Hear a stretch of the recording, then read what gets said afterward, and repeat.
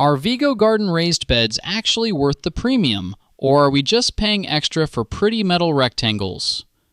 Welcome to RootInsect.com. Pretty metal rectangles is rude, Grant, but not entirely unfair. They do look good in photos. The real question is whether they still look good after wet soil, summer heat, rabbits, and a Pennsylvania winter have had their way with them. And in this review, that's the useful part. This wasn't a "we assembled it yesterday and admired the color" kind of test. These beds were in a Zone 6B kitchen garden for about 18 months. Right, through spring planting, a very wet fall, repeated freeze-thaw cycles, and a second spring reset with compost and drip line adjustments. That matters because a raised bed can seem sturdy in May and then start bowing like a tired accordion by year 3. Especially cheap wooden beds.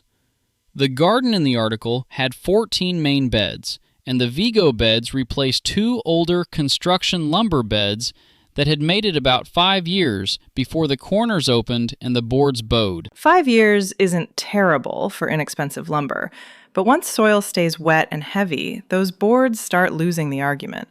One side even gave way when a broad fork got leaned against it.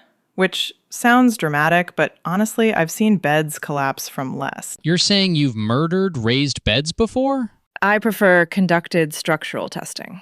But yes, I've had a wooden bed fail right when the tomatoes were fully committed. It's humbling when your garden infrastructure gives up before the zucchini does. So the Vego beds tested here were the tall metal versions, which seems to be the whole point. Short metal beds are tidy, but the tall ones change how you work. That's the biggest takeaway for me.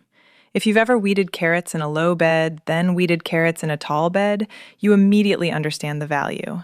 Less bending, cleaner edges, and a bed that feels more permanent.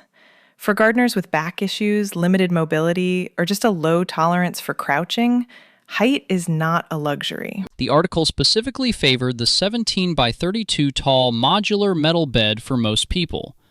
Not because it's the cheapest, but because the height and structure are what you're really paying for. And for smaller yards, or people still figuring out their layout, the 9-in-1 modular kit makes sense.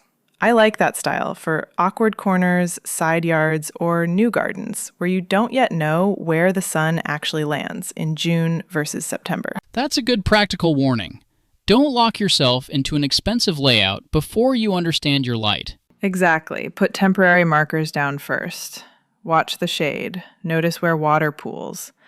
A premium bed placed in the wrong spot is just a very handsome mistake. Planting-wise, these beds weren't babied. One had peppers, basil, parsley, and alyssum around the edge. Another had bush beans, kale, then garlic. There was even a fall spinach experiment under low hoops. Until rabbits found the loose row cover corner. Because rabbits are basically tiny inspectors with no respect for property rights. Rude little freeloaders. That may be our unofficial mascot now. The beds handled the seasons well, though. Spring rain made the clay paths slick. Summer heat pushed nearby tomatoes hard. Fall garlic went in. Winter froze and thawed. And the metal structure didn't turn into a warped mess. But assembly got mixed feelings. Not hard, just repetitive. Modular panels mean flexibility, but they also mean bolts. Lots of bolts. You'll want gloves, not because the panels are terrifying, but because metal edges, washers, and tired garden hands are a poor combination. I'd add, don't assemble these at dusk when mosquitoes arrive and your patience leaves. And don't do it alone if you can avoid it. One person can manage, but 2 people make panel alignment much less annoying. Lay everything out first, choose your shape, loosely start the bolts, then tighten once the bed is squared up. So who should buy these? Long-term gardeners. People building a kitchen garden they want to last. Anyone tired of replacing rotting boards. And folks who care about clean lines because, yes, looks matter when you walk past the garden every day. And who shouldn't? Renters who may move soon, gardeners trying to build 8 beds on a tight budget, or anyone with cheap, untreated lumber already available. Vego sits near the top for durability and design, but it's not the bargain route to lettuce. So the verdict is yes, worth the premium for the right bed in the right garden. I'd buy them again, especially tall ones. I just wouldn't pretend every garden needs to be filled with premium metal beds. Mix materials if you need to. Put the fancy height where you'll work the most. That feels like the sane answer.